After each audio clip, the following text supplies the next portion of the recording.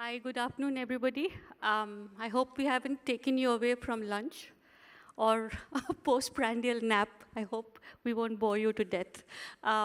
Really lovely to be speaking to you, Adil. Um, Pleasure. After being on the side of the people who critique actors and who are not deeply popular amongst people. But I really enjoyed so many of your performances, and I'm really happy to be speaking to you here.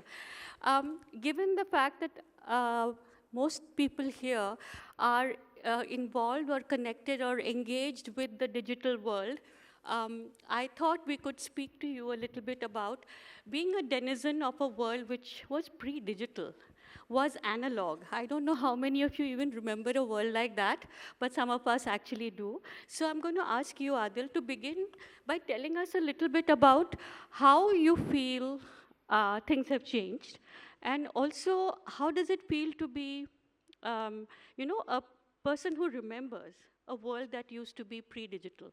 What does it feel like?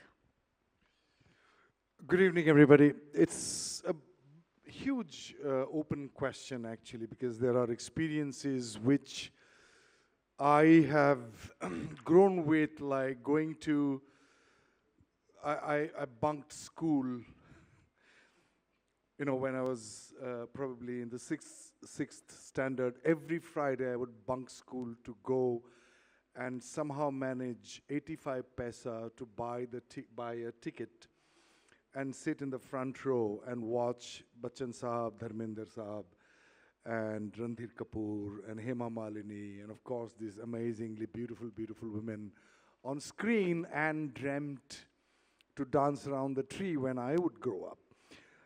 So that's an event, and that event needed so much of planning and intensity of passion which would drive us to sort of bunk school, and would be discovered by my brother, who would catch me by my ear in the middle of the film in the interval and take me home in front of my dad, playing the hero that, look, I have discovered your youngest son who is watching a movie, bunking school. So my father would give me, a few slaps here and there. And so so from there, it's in your palm, and you can just watch it whenever you want. It's huge, huge jump, and a huge. I don't know even how to quantify the experiential difference, because I feel that the intimacy that I have now with my own time, like I choose my timing, I choose the length of the film, I would choose the time and the space where I'm going to watch it. Would I watch it in an aeroplane, or should I sit in my potty, to watch this particular scene, which I really thought would be interesting and I would not get time later, or shall I watch it on my big screen with through a projector? So that intimacy has its own charm. Like, it is a very intimate experience of knowing someone. And on the other hand, the communal experience of going to a cinema hall and meeting other people, also, you probably would be, use that event as a sort of like wearing your clothes, which will be appreciated, or dressed up well, you comb your hair, and the entire communal experience, which has its extremely, I think I'm going to jump a little bit here, because I read, I'm sure all of you're so connected to the world, so you must have read the most long living human beings on the planet are in these Japan. particular blue zones, and they live longer because they are in a community living. They meet their friends, they eat certain food, of course, and they have these long walks, and their emotional health is the most important aspect of it. It's not that how many cigarettes they smoked or wine they had drunk. They had. That's not those are not the reasons why they live longer. They live longer because they have this emotional connect to the world, to their friends, to their, children, or mostly friends and their loved ones. So I think the communal experience is, I would value it more, and I miss that quite a lot nowadays, because I'm also the reason that one is busy with doing things, but I still make sure that when I go to a film festival, like Dharamshala Film Festival in India is my most favorite film festival. Some of the film festival people will kill me for saying that, but I'm going to say it because there is no red carpet. It's only the film, those are stars, and not the people, those who make.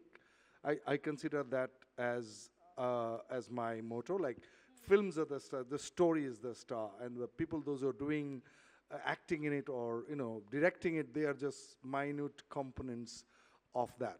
So yes, long answer to your short question. I miss my communal experiences. Right. I mean, that was actually very expansive, and then it had a lot of things that we can think about.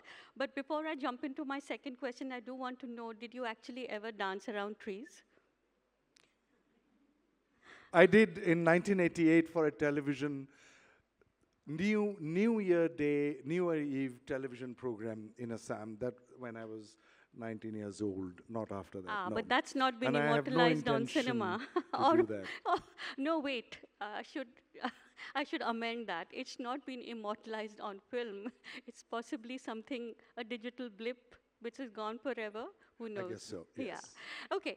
The next thing that I wanted to actually speak to you about is the fact that, see, a filmmaker like Christopher Nolan, for example, is known for the fact that he shoots on film.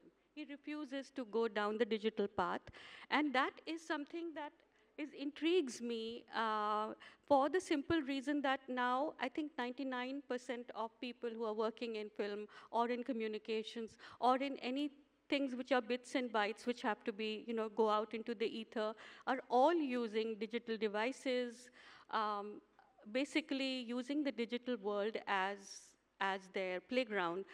But he refuses to do that because he says that celluloid has the kind of depth which digital never will.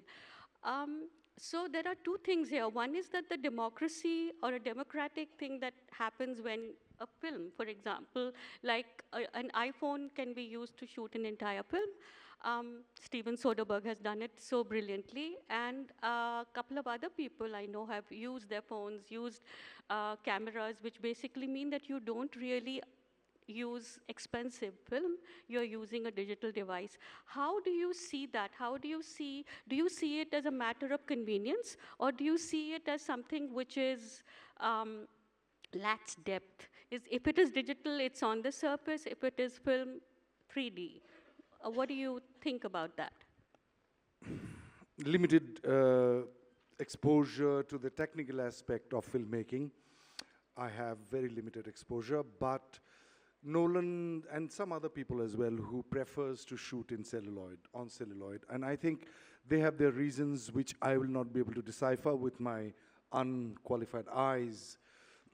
But the democracy part of it is that it had, during the celluloid time, you must have these resources, which are huge amount of resources.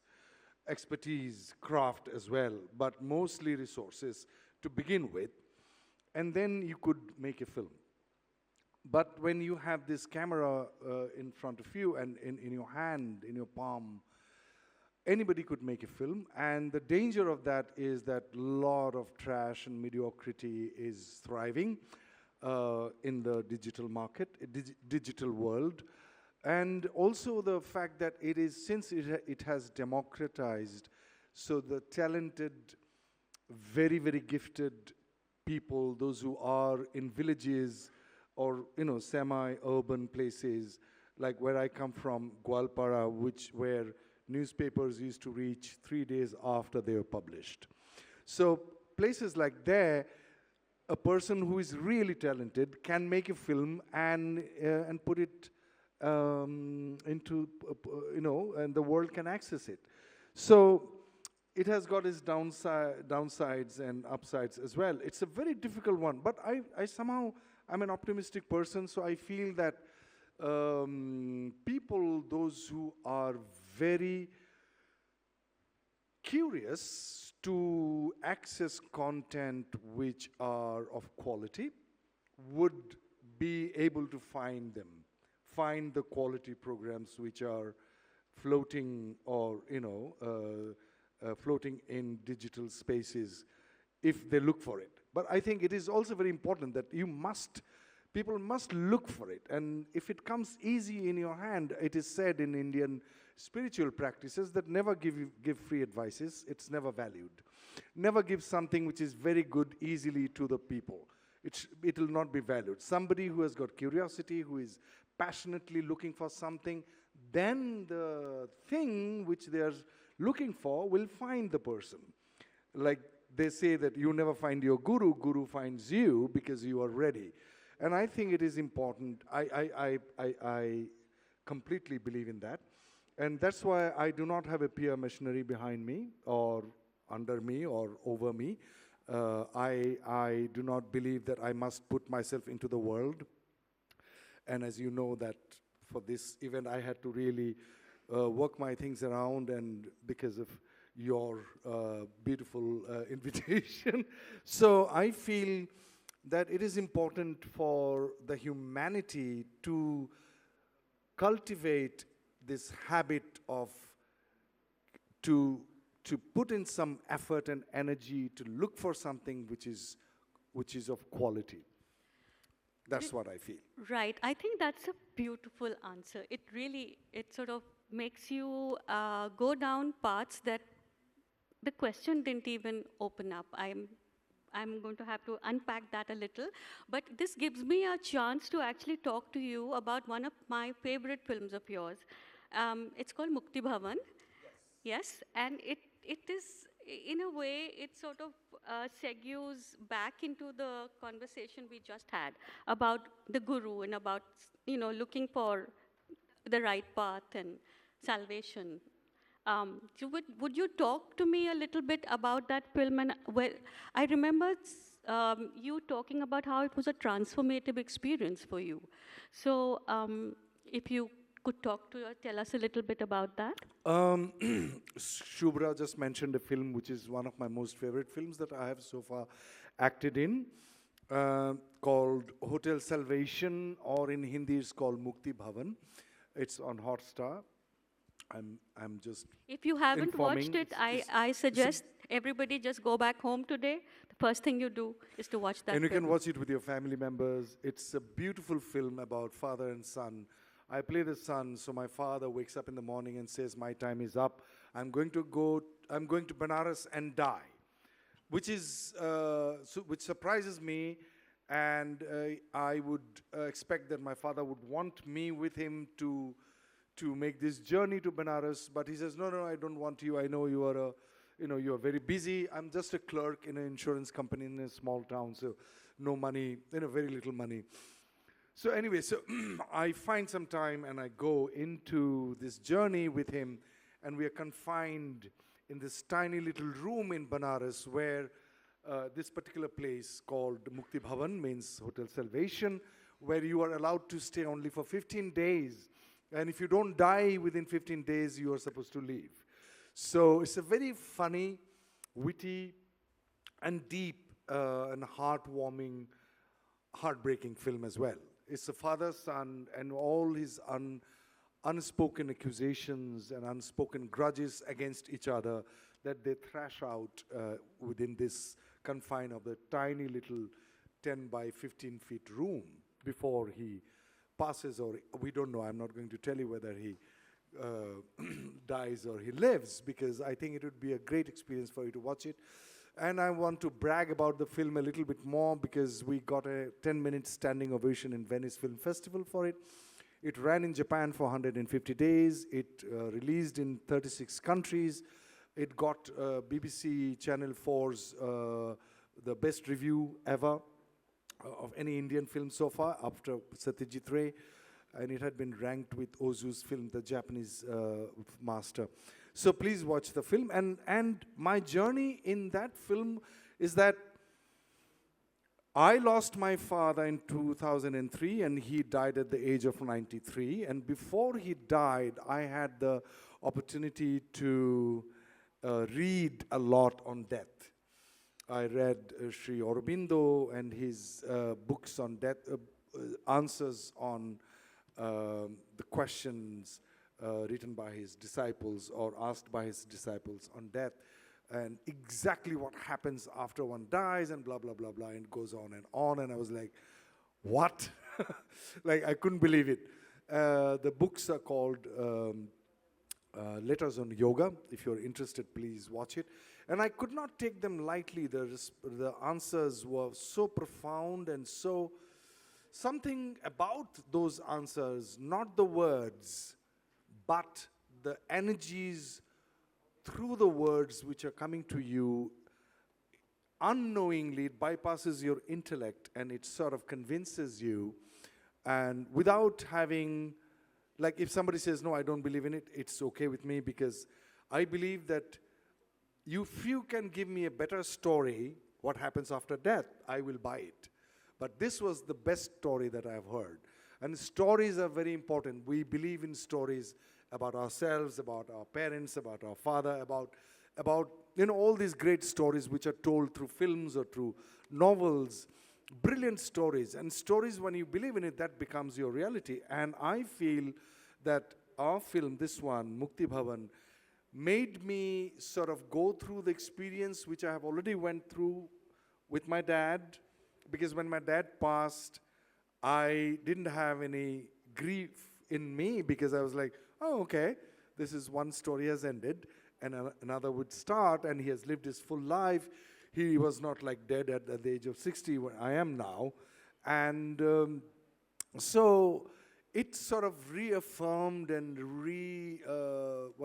restored, and it fortified my belief in that story. And nobody has come up with a better story for me to change, to sort of, jump into the other boat. Yeah.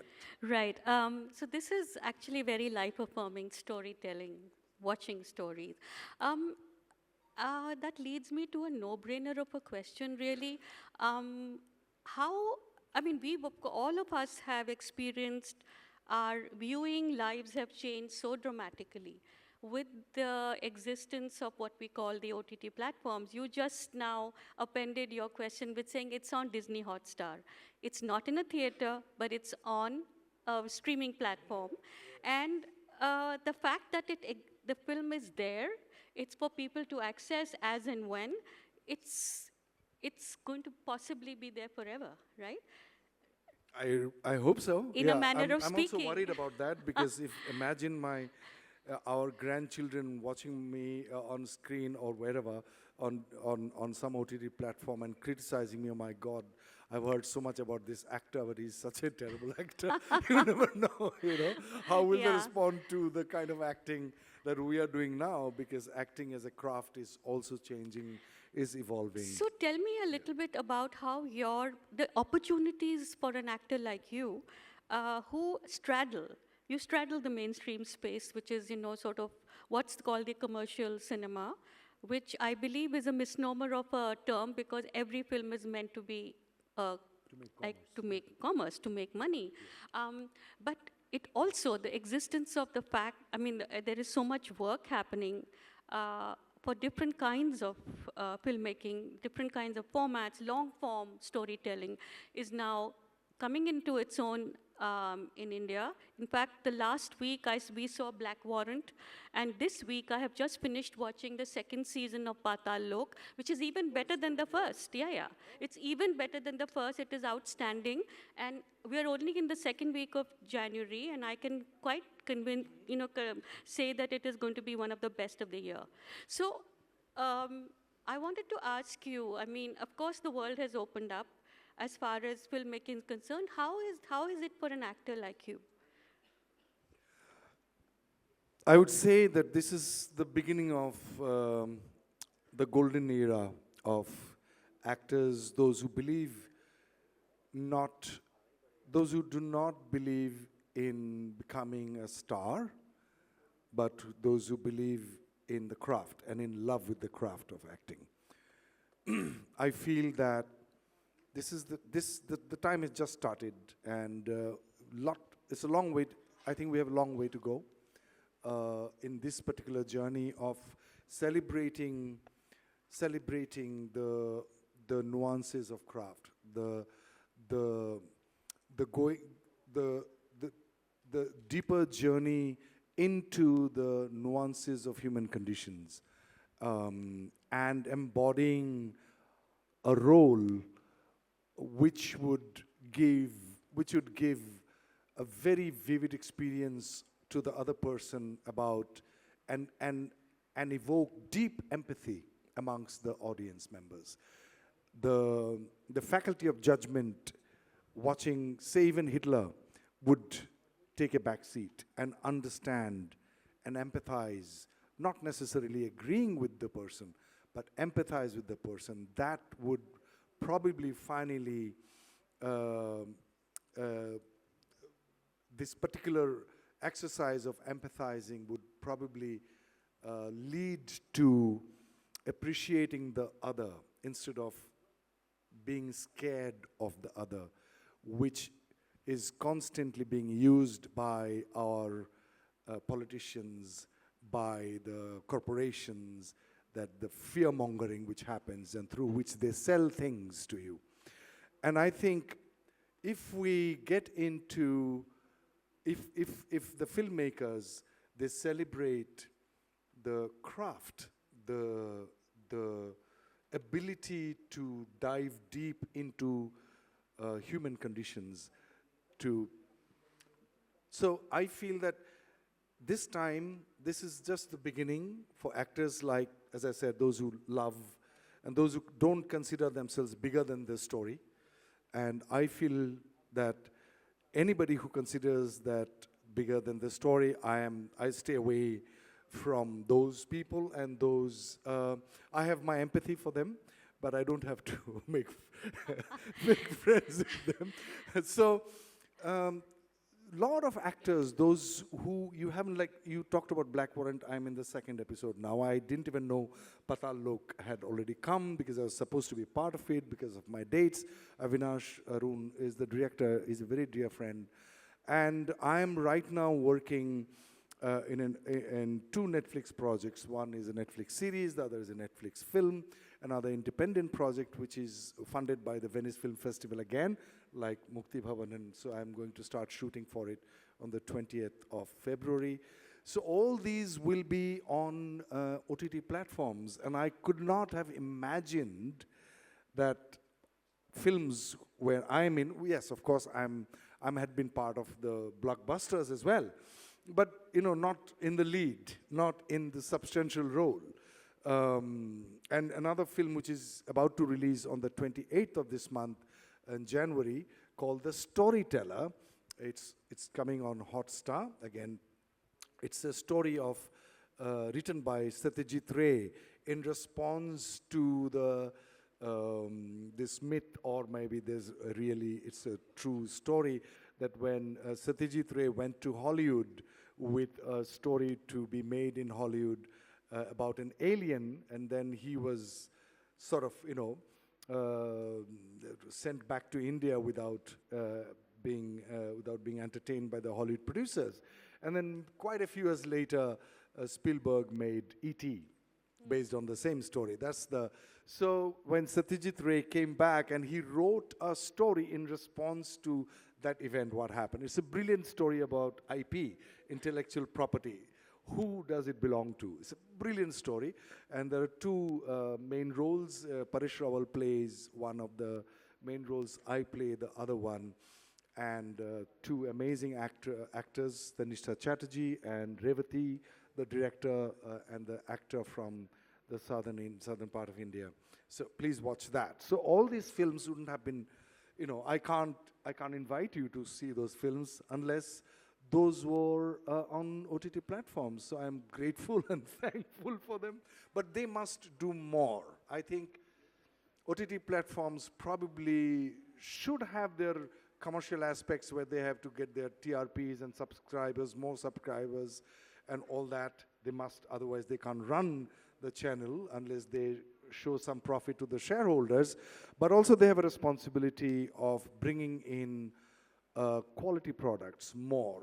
What I see on OTT platforms nowadays, quite often, probably 80%, I'm not a data scientist, that 80% of the stories are about the darkness, about the lower depth of humanity. As one of my friends said, that there's very skilled, extremely crafty films, but it's about lower depths.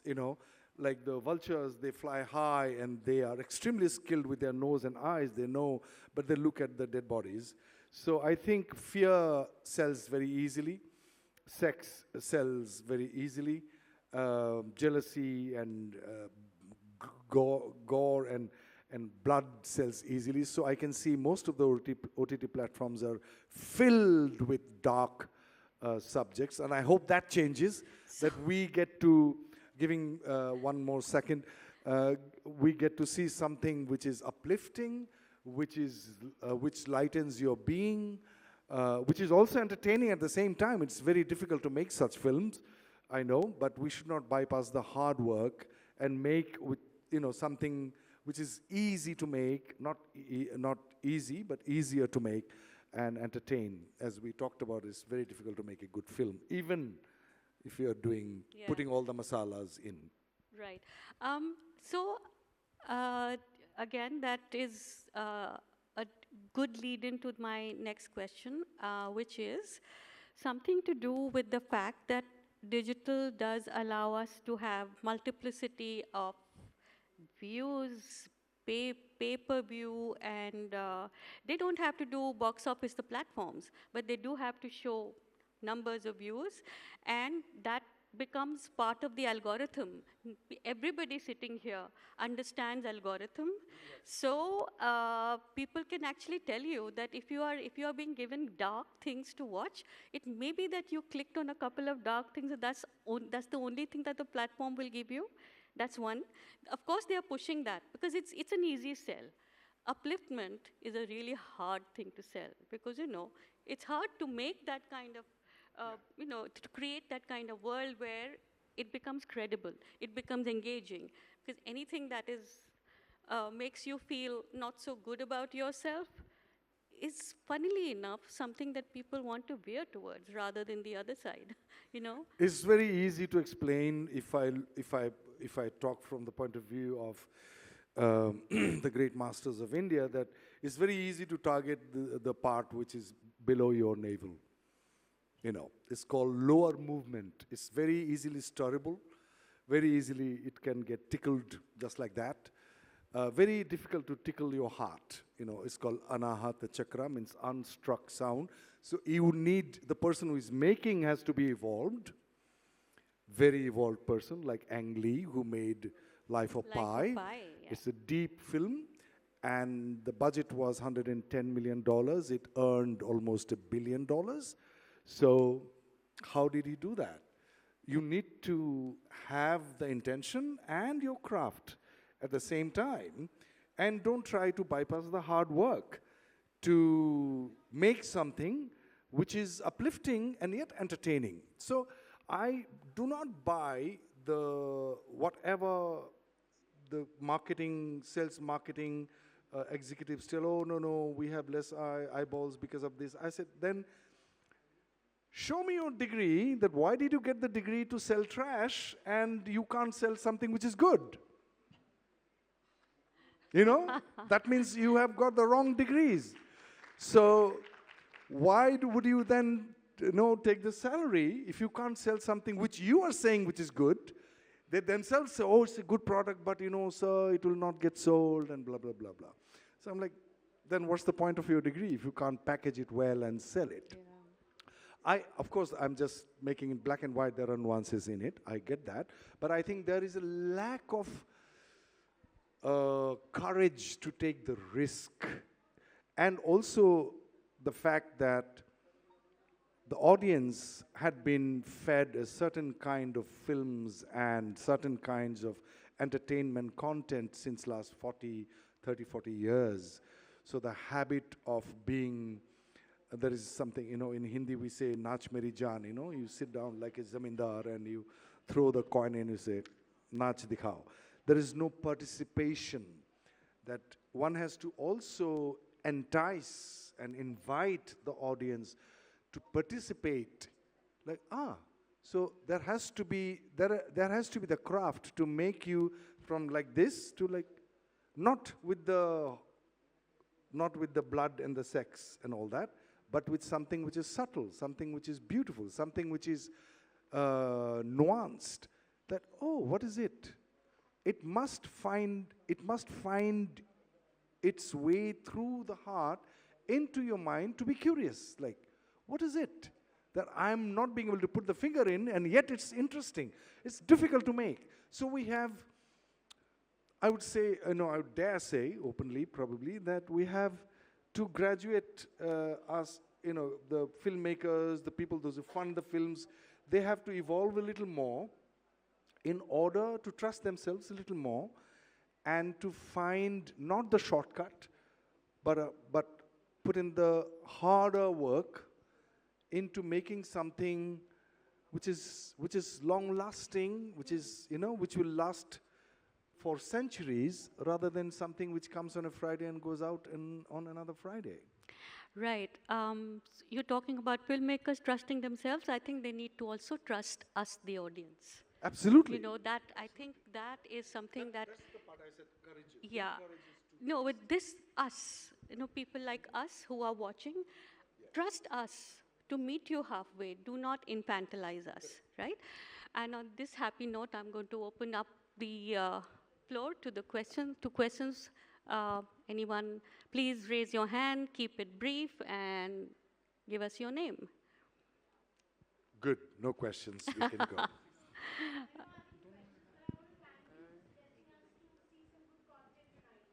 Thank you. It's my pleasure. You can ask more. I have got lots of things to tell you.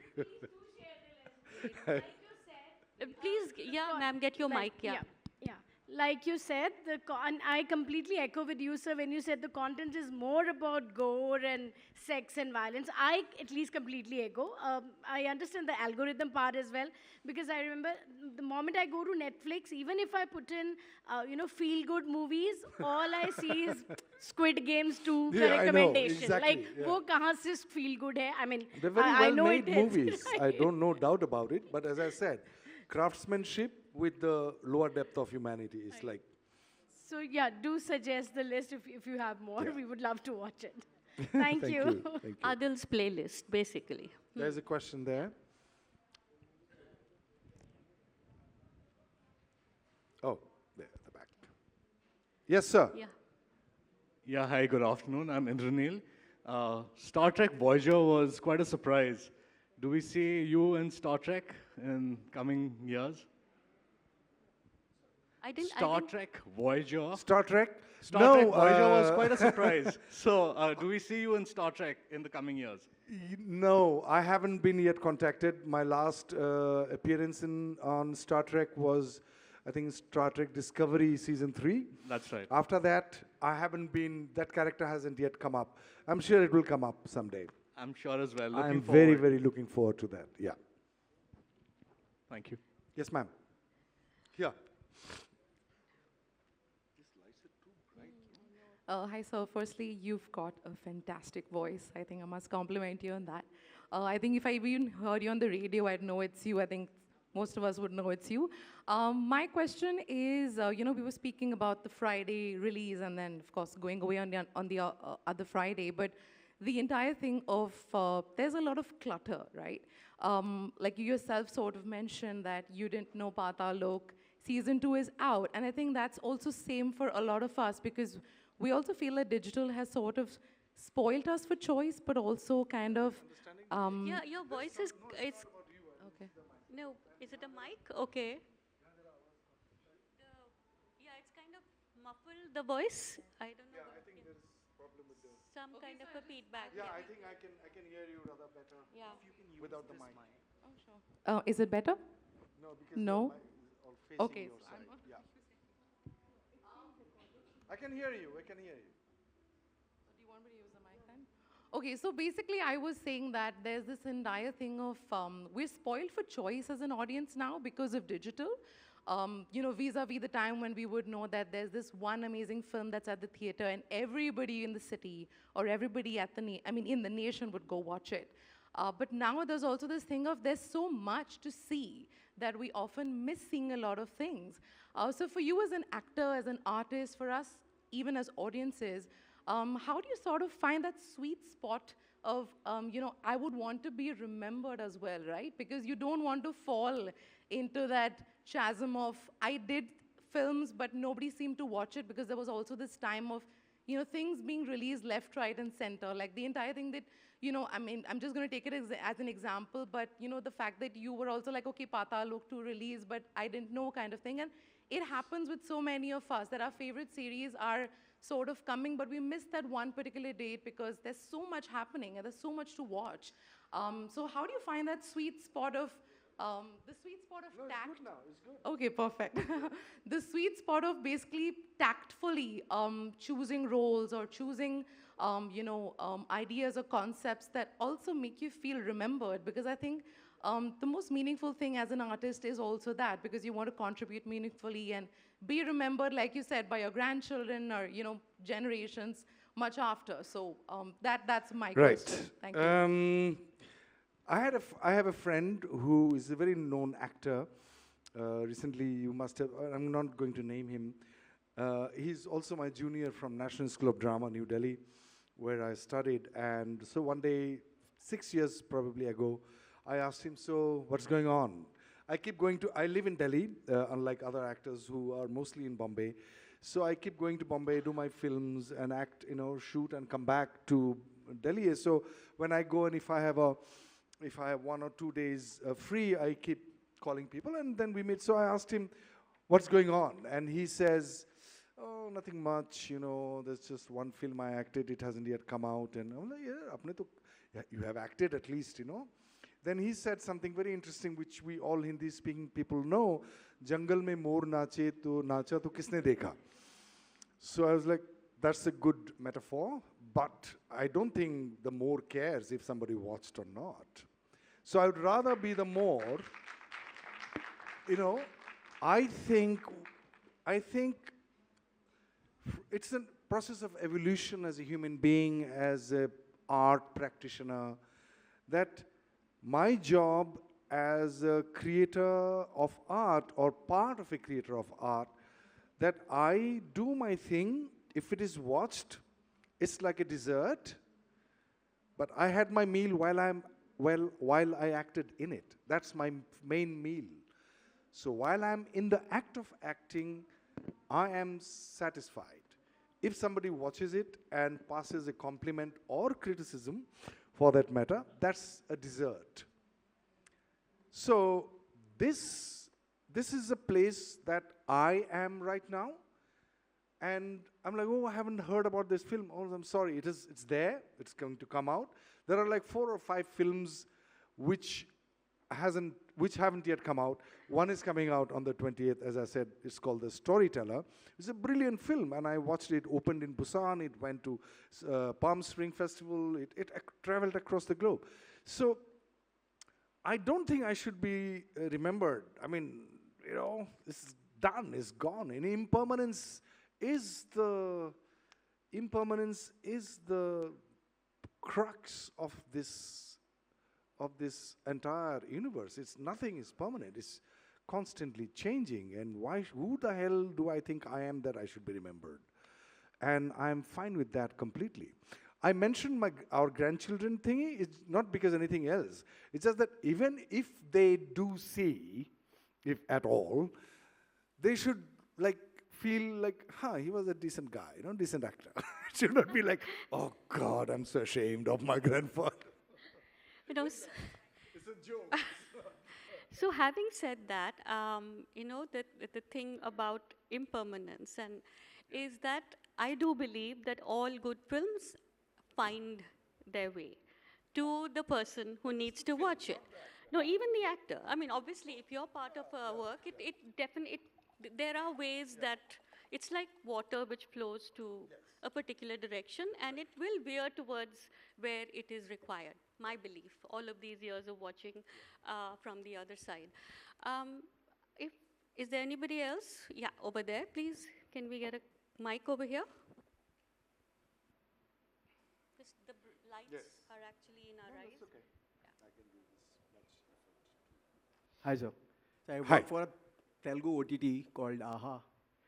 It's owned by Mr. Again, Allu the same Arvind. problem with the sound. It was all good when she spoke. They changed some adjustment here. Can I? Am I it's audible not- now? It's not the microphone. It's the. There is a switch there, I guess, which can be clicked. How? Can you say something? So I work for a Now it's better. Telugu Just OTT keep.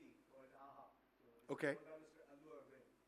So I'm just replying to your answer only which you just gave. I'm not comparing you with Mr. Nasruddin Shah, but Please don't. He's my great teacher, and exactly. yeah. So my question is that you just mentioned that we don't want to do films which are just made to make commercially, viable for the makers. So he has also acted in films like Dirty Picture or Absolutely, like yeah. Welcome. Yeah. Does it make him a lesser actor? No, it doesn't. Not at all. I have also acted. I think that you Yeah. should also work on films which are more sellable commercially. Yeah, I would love to. If not you, we want you to be remembered that way. No, I did act in many commercial movies. There was one actor who was here, Tahir Hussain. We were in the same film, Force 2 or something. Yeah, I acted in Bell Bottom, and in Commando 2 and Race 4.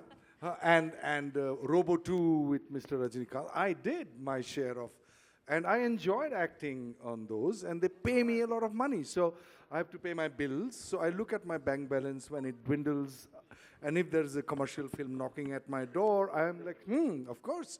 I have no qualms about it. But I make sure that there is something in the film that I agree with. If it is totally, there are a lot of films, mostly probably 90% of the commercial films, those find it, their way to me. I say no because of either date issue or the content issue. And there are a lot of films from Andhra film industry, they come to me. And the only problem I have, one of the problems, not only problems, one of the problems is the language that I have to speak. And I can't speak Telugu, But you have done many Malayalam films. I have done 2 Malayalam films, and with great effort, and I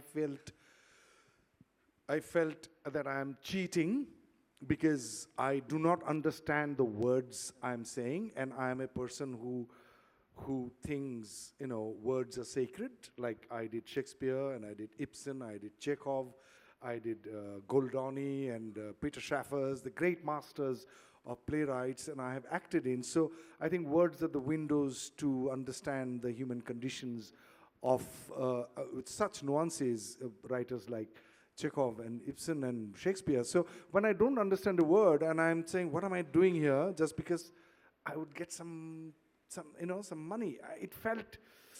It didn't feel right. I came home and my wife asked me, what's wrong? I'm like, it just feels I'm cheating. I wish I understood the words. So I don't have the time also to put in enough, because the script quite often comes just 1 hour before going to the set. And I'm like, oh, okay, So I decided not to do it anymore unless I speak in Hindi or in English or Bengali or Assamese, that the 4 languages I can speak fluently, and then they can dub it in any other language. I must have the fun while I am acting. That is very important for me. Right. When you talked about words are sacred, and to me, one of the problems of this digital proliferation has been the rise of trolling, online trolling, and I really wanted to put it out there. And it is an increasing problem for people who are in the creative field, where people hiding behind anonymous handles say whatever they feel like, And this is an audience which understands how to manipulate this. So I'm going to leave. First of all, I wanted to know, how does it feel to be at the receiving end of that kind of, concerted, if lack of a better word, dislike or hate or uh, like disrespect. And this, an audience, I'm going to leave that question and park it with all of you as to how do you see, how do all of us see that as a problem that we need to have answers to. And with that, I think we will, unless somebody else. Yeah. I have only once been trolled so far for a tweet. I don't know what else to call it, X'd for an X, for a tweet, which coincided with the release of a film, but I had no idea that film got released, like Patal Lok. And I had said something, I just put out what I felt is my definition of art. And then someone sort of linked it to a film which got released, and I was told, I'm like, oh. But so, and I felt that misunderstanding a human being, misunderstanding a word said by somebody, by your loved ones even, it's a very, very normal human trait. And when you are confronting an ocean of strangers sitting there to find, sometimes intentionally, to find something wrong with you, I take full responsibility of not being able to put it in a way which would, because that's precisely my definition of art was, that I said truth must be spoken, but must be spoken gently, so that it enters it bypasses all the judgments and prejudices of the human being and touches the heart. And then I also said that if our son, who is 15-year-old, doesn't even listen to me, if I come from a high horse, I'm sitting on a high horse, how do I expect a stranger would agree with me when I'm speaking something which is subtle? So it is important what we say and how we say it, and we are not wordsmiths like Shakespeare. So we must be so careful what we say. And I take the responsibility of the reactions that I got. So I forgive them, Lord, they know not what they're doing. So I do take responsibility of it. It's my fault. So yeah, unless, otherwise I shouldn't be on any public platform. Right. If we don't have any more questions, okay, one last one, and then we totally will end. Yeah. Over here, please.